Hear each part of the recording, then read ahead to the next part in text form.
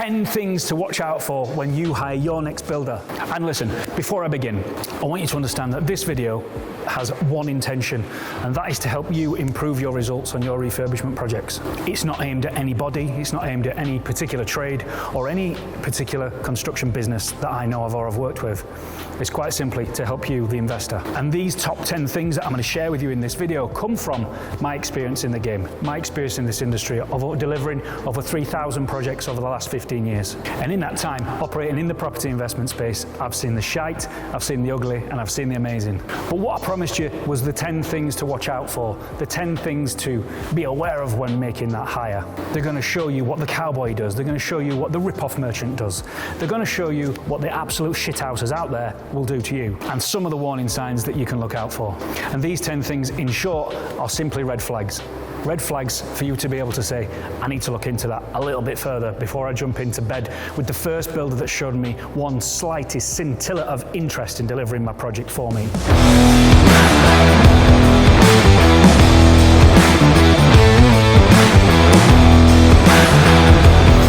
So, I'm Paul Tinker, and it's my personal mission to transform the way in which property investors are operating inside the construction industry. And I want to see you, the investor, go from learning and losses to profits and wealth. And I hope that this video is going to help go somewhere towards helping you achieve that. Number one, are they absolutely hounding you for a deposit? It's one thing to ask for one, and in fact, I take deposits in my construction business as well. But it's another thing to be hounded for one. If you're being hounded for it and chased for it, take that as a bit of a warning. Number two, the price you're paying for materials could be way more than what you think. So let's be clear, builders do apply a profit to materials. They apply a profit to materials, of course they do. The baseline cost is what a profit should be applied to, not the RRP. Let me give you an example. There's a product on the shelf for sale at £100, yet the builder's picked it up for 50. The profit should be applied to the 50 and not the 100. If they're applying profit to the 100, to the retail, for me, another red flag. Number three, they run for the hills when you get a contract out. Now, if this happens, take that as a win. Take that as a win and run the opposite direction equally as fast. Number four, they've got absolutely no clue how to price up work and guess. Now, a great sign for this is if you've provided all of the necessary information to them, i.e. we've supplied a specification, we've applied a set of drawings, we've supplied a timeline, and yet still an estimate comes back. For me, this would be an immediate alarm to say that they don't know how to price up work and have therefore guessed. And if they've guessed, expect that price to go up. Number five, turning up at 10 o'clock in the morning and then disappearing at 2 o'clock in the afternoon. Now, this one usually sparks a bit of shit for me on social media when I raise this, but for me, if I am paying for a person's time as a client, as an investor, and they're turning out a 4-hour shift, I'm not going to be best impressed. And that's nothing to say that they don't need to be there for them hours. What that means is that they are halving their daily output.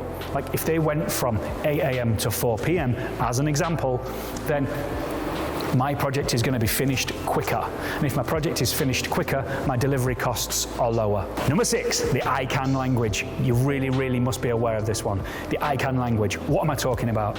When you approach a tradesman or when you approach a builder and the language used is I can as opposed to I am, take that as another red flag. A classic example is when you approach a plasterer or a bathroom fitter and they say, I can tile.